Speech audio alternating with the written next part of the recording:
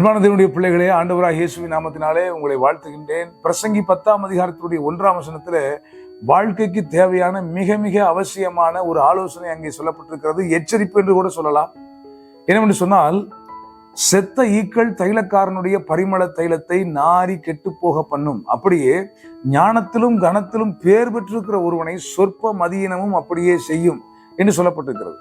கொஞ்சம் புத்தியினம், கொஞ்சம் அறிவீனம் அல்லது மதியினத்துக்கு நாம் இடம் கொடுக்கிற பொழுது ஞானத்திலும் கனத்திலும் நாம் பேர் பெற்றிருக்கலாம். ஆனால் இந்த சொற்ப மதியினம் நம்முடைய வாழ்க்கையில நன்மைகளை எல்லாம் கெடுத்து போட்டுவிடும்.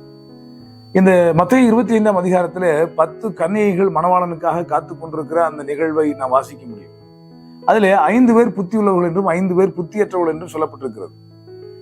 என்ன புத்தி இல்லாம போயிடுச்சுன்னு சொன்னா, மணவாளனை சந்திக்க வேண்டும்ங்கிறதான விருப்பம் இருந்தது. அதற்காக அவள் காத்திருந்தார்கள். அவர்கள் கன்னிகைகள் என்று சொல்லப்பட்டிருக்கிறது. ஆகவே அவரிடத்துல பரிசுத்தமும் கூட இருந்தது. ஆனால் தீவட்டியை வைத்துக் கொண்டிருந்தவர்களுக்கு போதுமான அளவுக்கு எண்ணெய் இல்லாமல் போய்விட்டது. மணவாளன் வருகிற நேரத்திலே அதை தேடி போகின்றார்கள். பலரும் அப்படித்தான், நாளைக்கு பார்த்துக்கலாம், நாளை மறுநாள் பார்த்துக்கலாம், ரிட்டையர்ட் ஆனதுக்கு அப்புறம் பார்த்துக்கலாம், கொஞ்சம் வயசாகட்டும், எல்லாம் சரியா போயிடும். இப்படி மனம் திரும்ப வேண்டிய சில விஷயங்களை, சில தவிர்க்க வேண்டிய புத்தியினங்களை தள்ளி தள்ளி போட்டுக்கொண்டே போகிறோம். இதனுடைய விளைவு என்னவென்று சொன்னால், அல்டிமேட்டா பெரிய பலனை நாம் இழந்து போய் விடுவோம்.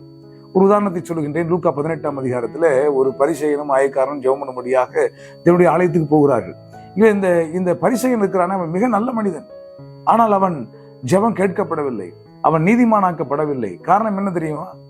அவன் பரிகாரர், அநியாயக்காரர், விபச்சாரக்காரர் ஆகிய மற்ற மனுஷர்களைப் போல அவன் செய்கிறவன் அல்ல. இந்த ஆயக்காரனை போல விதிக்கப்பட்டதுக்கு மேல வரி வசூல் செய்கிறவன் அல்ல. வாரத்தில் 2 தரம் அவன் உபவாசிப்பான், சம்பாத்தியத்திலெல்லாம் தசமாகவும் கொடுப்பான். ஆனால் இவனிடத்தில் இருந்த ஒரு சொற்ப மதியினம் என்னவென்று சொன்னால், சுயநீதி, மற்றவர்களோடு ஒப்பிட்டு நான் அவர்களை விட பெட்டர் என்று யோசிக்கின்ற இந்த சுபாவம். ஒருபோதுமே a spiritual man will never compare his spirituality with anybody else. ஒரு ஆவிக்குரிய மனிதன் ஒருபோதும் மற்றவர்களை தரைகுறைவாக நினைக்க மாட்டான். இந்த நாளில் நான் உங்களுக்கு சொல்லுகின்றேன், இந்த சொற்ப மதியினத்துக்கு இடம் கொடுத்து மிகப்பெரிய நன்மைகளை வாழ்க்கையில இழந்து போய்விடக்கூடாது. பாவியாக வந்த ஆயக்காரன் நீதிமானாக்கப்பட்டு போய்விட்டான். நீதிகளை நிரம்ப வைத்துக் கொண்டிருக்கிற இந்த பரிசேயன், அவனுடைய ஜெபம் தேவனால் அங்கீகரிக்கப்படவில்லை. சொற்ப மதியினத்திற்கு இந்த நாளில இடம் கூடாமல் அவைகளை சரி செய்ய கர்த்தர் உங்களுக்கு ஞானம் தருவாராக.